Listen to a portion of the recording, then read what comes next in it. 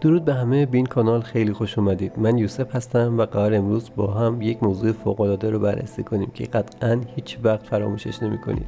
پس آماده باشید و بریم سراغش. بارها به این فکر کردم چطور و از کجا با هم در مورد دنیای میکروبی پیرامون خودمون صحبت کنم و در نهایت به این نتیجه رسیدم از همون آغاز تولد شروع کنیم. هر سفر انسانی با یک معجزه شروع میشه، خلق زندگی. همون لحظه‌ای که اولین سلول‌ها شکل می‌گیرن و کم کم یک بدن کامل رو می‌سازن، داستان زندگی کلید می‌خوره. توی رحم مادر یک محیط فوق‌العاده امن و حمایت کننده داریم که در اون هر عضو، هر اندام کوچیک با دقت و ظرافت تشکیل میشه. اما اینجا یه نکته جالب وجود داره. حتی تو این فضای به ظاهر بسته، بدن نوزاد داره با دنیای نامرئی از میکروب‌ها تعامل میکنه. حالا تو این جمع نامرئی ویروس ها هم حضور دارن. بعضی وقتا به شکل یه همراه بی‌صدا که کمک میکنه، بعضی وقتا هم به شکل یک تهدید جدی. و اینجا شروع داستان پیچیده‌ای که بین ما و ویروس ها تا آخر عمر ادامه داره. خب بریم داخل رحم مادر ببینیم اونجا چه خبره. دوستان، جفت رو مثل یک نگهبان فوق‌العاده برای نوزاد در نظر بگیرید. یه نگهبان که اجازه میده مواد مغذی و اکسیژن ازش عبور کنن و مستقیما به جنین برسن، اما جلوی بیشتر ویروس ها رو میگیره. حالا اینو داشته باشید، بعضی از ویروس ها مثل سایتومگالوویروس یا ویروس زیکا یه جورایی زرنگ‌تر از بقیه‌اند و میتونن از این سطح عبور کنن. واسه همین خیلی مهمه که مادرهای باردار با واکسیناسیون و معاینات منظم این دفاع رو تقویت کنن تا خودشون و جنینشون رو همیشه در امان نگه دارن. لحظه تولد نقطه‌ای که نوزاد اولین بار وارد دنیای بیرون از رحم مادر میشه و با اولین موج از ویروس‌ها و باکتری‌ها روبرو میشه. ممکنه این موجودات ریز برای خیلی‌ها ترسناک به نظر بیان، اما بیشترشون کاملا مفید هستن. این میکروارگانیسم‌ها به سیستم ایمنی نوزاد کمک میکنن تا یاد بگیرن و با دنیای پیچیده‌ای که در پیش دارن تطابق پیدا کنن. وقتی نوزاد از کانال زایمان عبور میکنه، برای اولین بار به دنیای بیرون متصل میشه و این انتقال چیزی بیشتر از صرفاً عبور از یک مسیر فیزیکیه. این روند یک آغاز حیاتی برای سلامت نوزاده.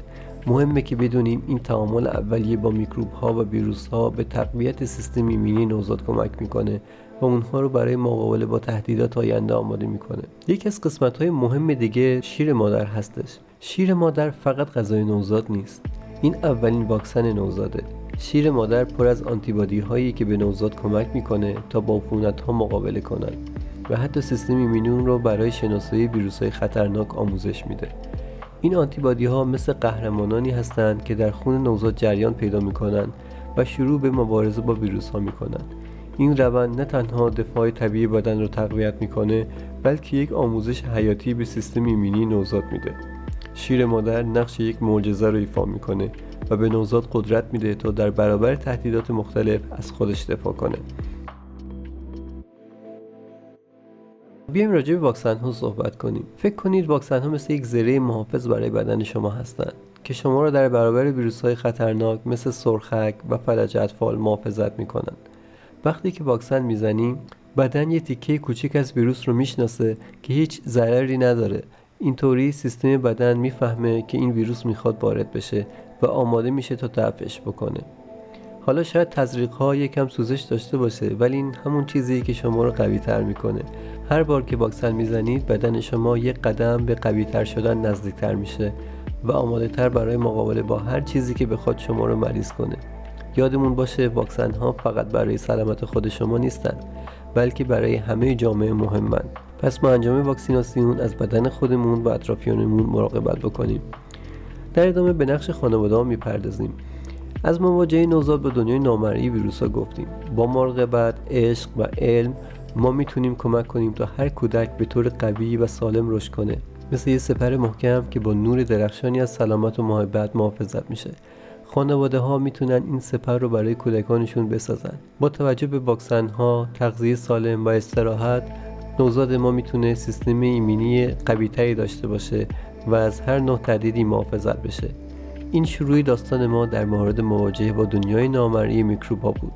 در قسمت‌های بعدی با جزئیات بیشتر به تعامل ما با دنیای پیرامون میپردازیم، با تمرکز بیشتر بر حوزه دنیای میکروبی.